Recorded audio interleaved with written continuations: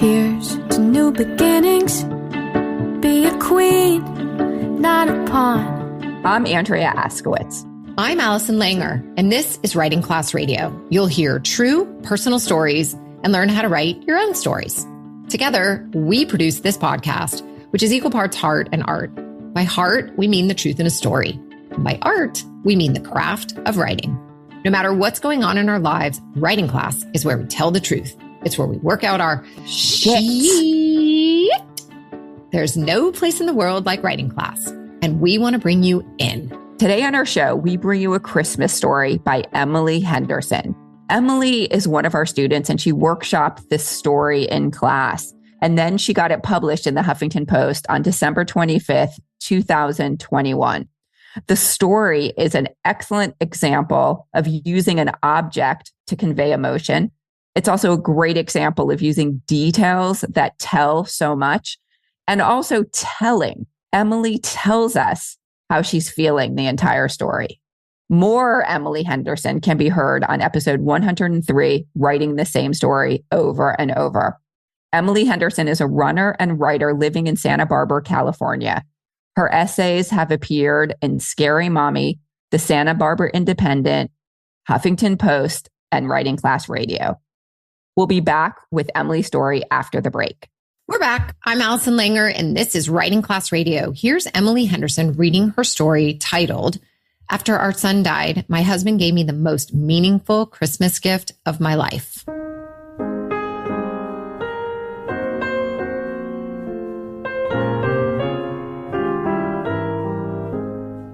Last Christmas, I sat on the floor surrounded by wrapping paper, new toys, and happy kids, then 7 and 9. It was like being in a bubble bath with too much soap.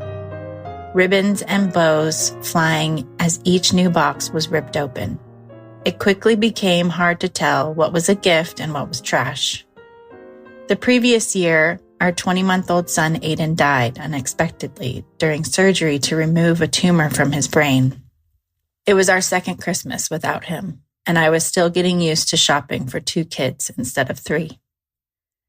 I think it's Mom's turn to open her stocking, my husband said. My daughter brought it over to me, exaggerating her movements as she walked on her knees.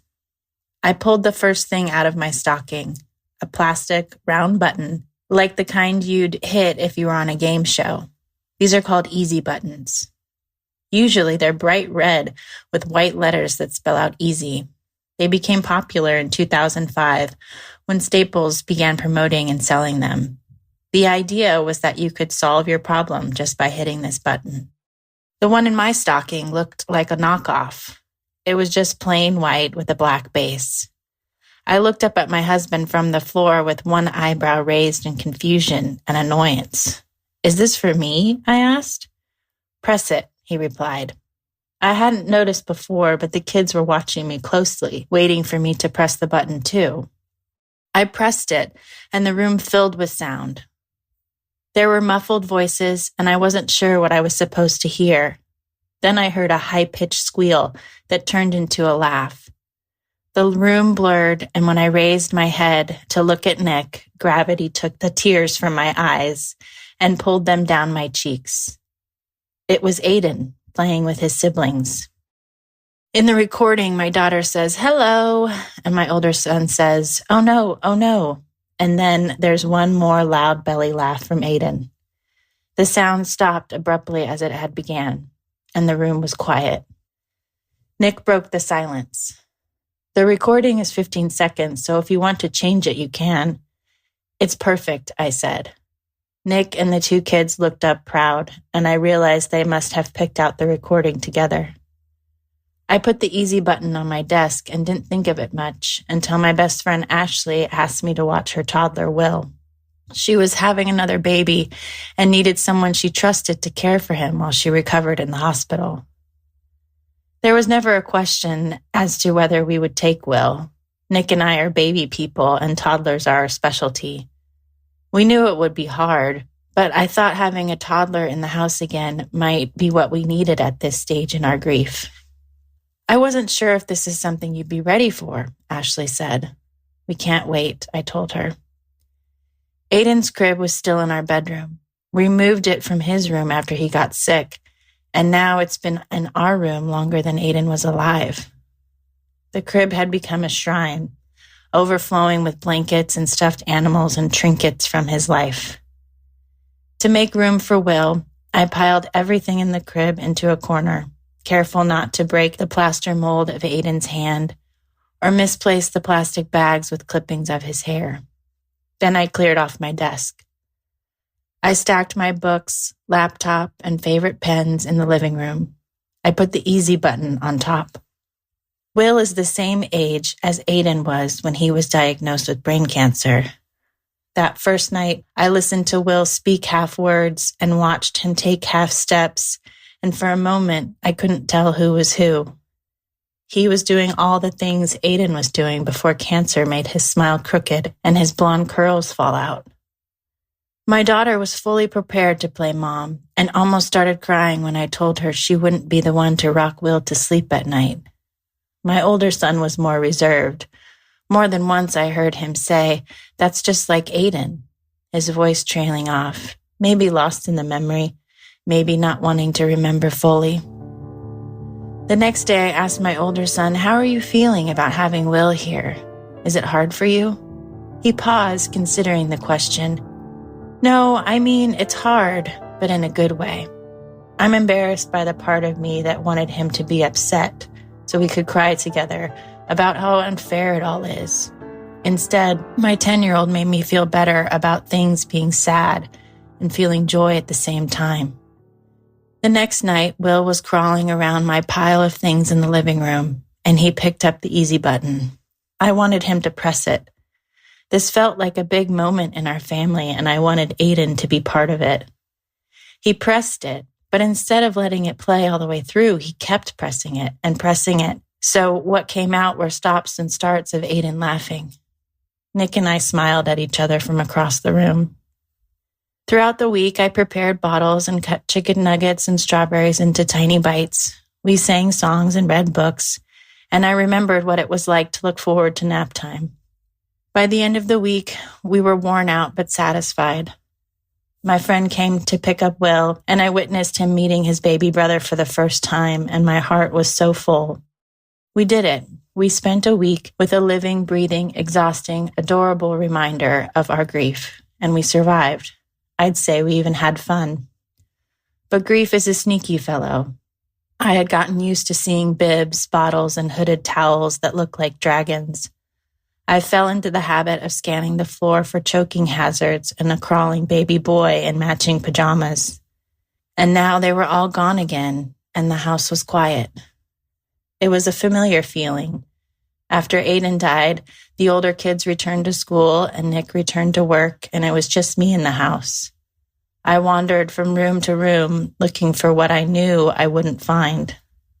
Decades before I was born, my mother's brother died in a tragic accident when he was 4 years old. I remember one sepia-toned picture of him on my grandmother's dresser. No one ever talked about him, and I got the impression I shouldn't ask. My grandparents came of age during the Depression. They are part of the greatest generation, but they are also from a time when many people pushed grief into a dark corner and rarely spoke of it. I, on the other hand, had the instinct to keep my grief front and center. I placed bits and pieces of Aiden everywhere, so I only had to turn my head a little to be reminded of him.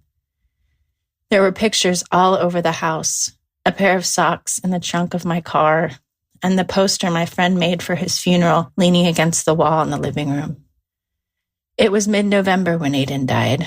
The start of the holiday season also marks the start of the mourning season, a time for gathering around the table that will always have one high chair empty, one fewer letter to Santa, one more turn of the new year without our son.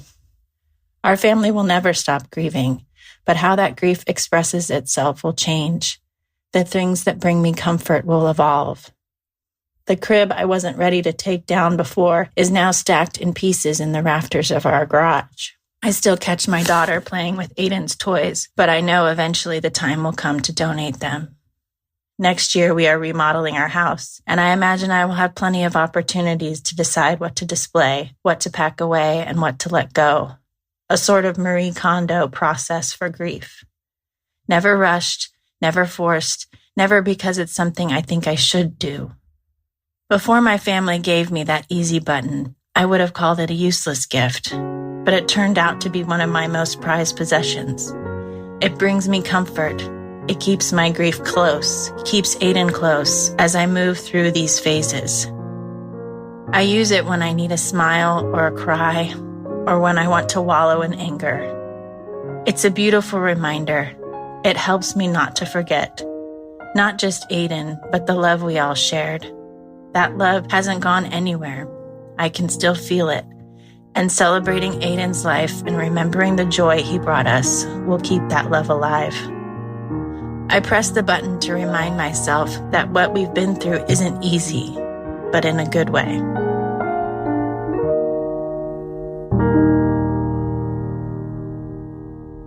Wow. I mean, this hits me in a really, really familiar place. So it's emotional for me to hear every single time I've heard it and read it. Just really gets me.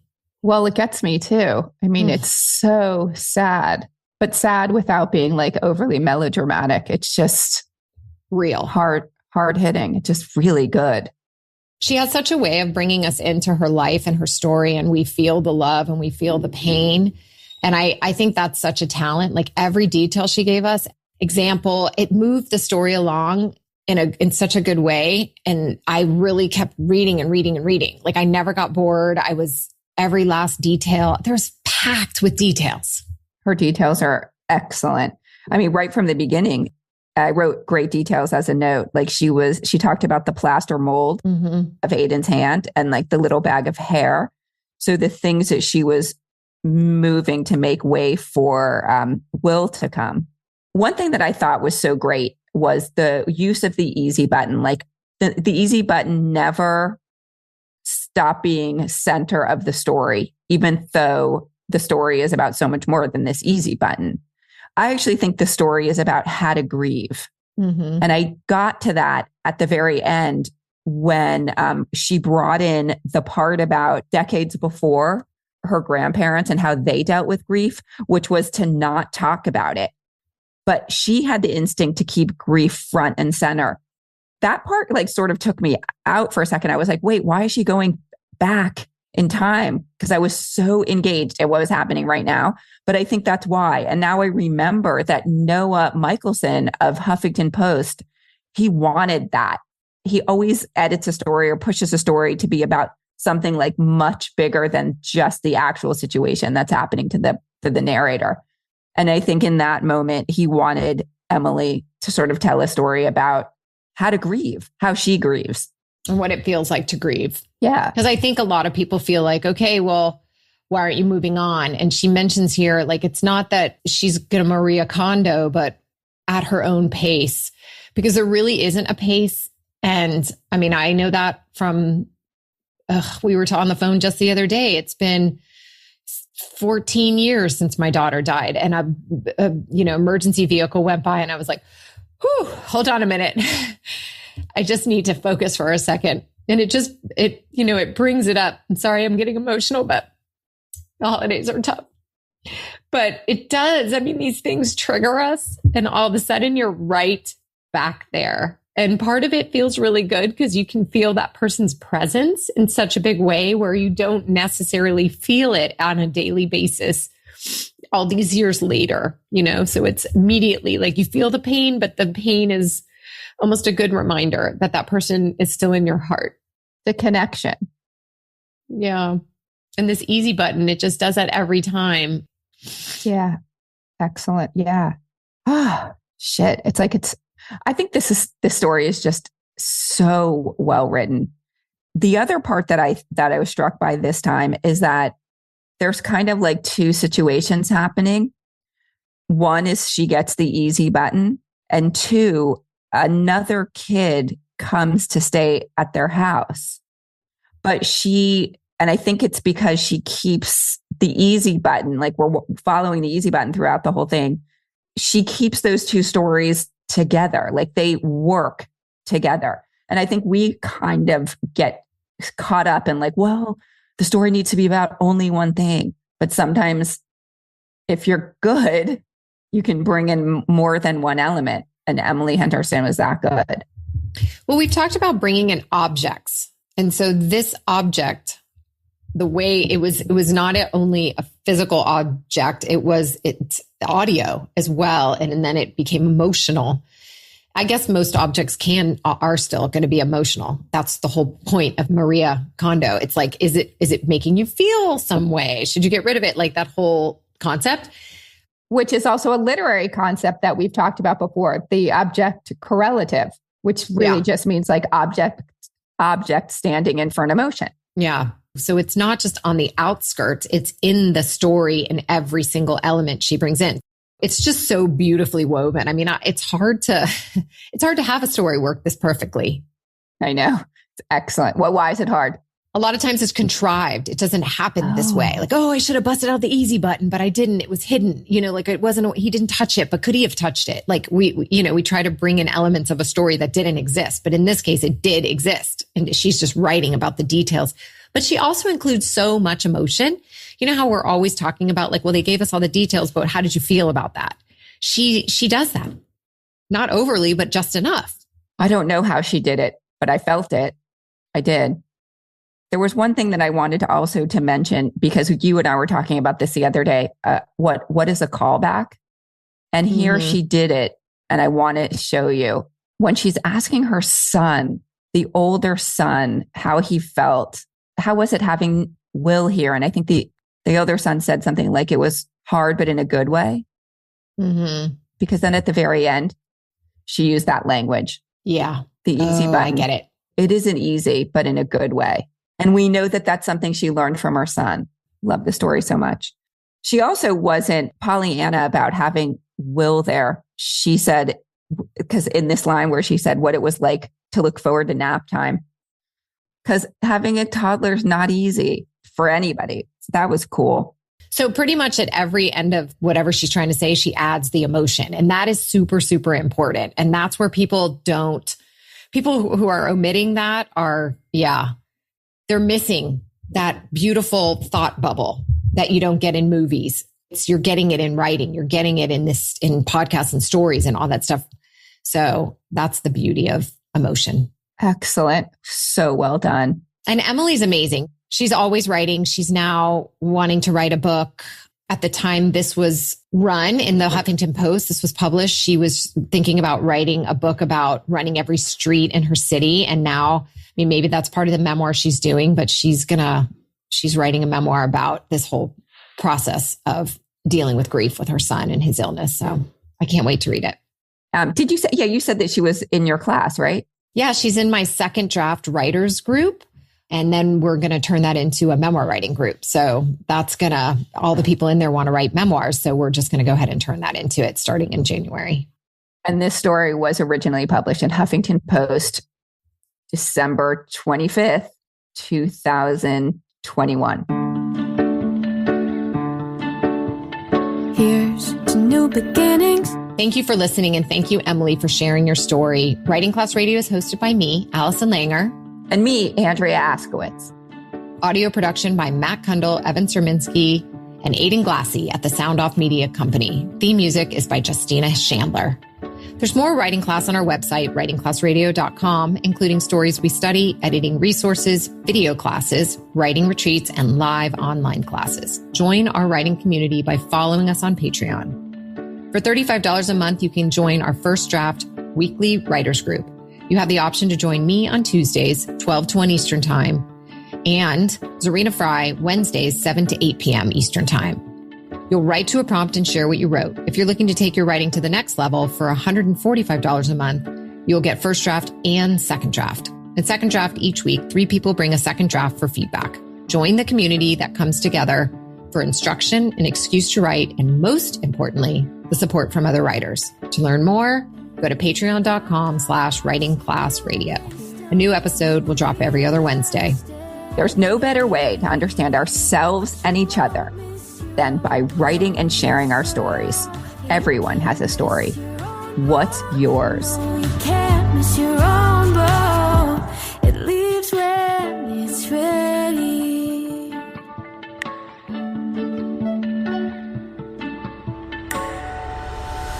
Produced and distributed by the Sound Off Media Company.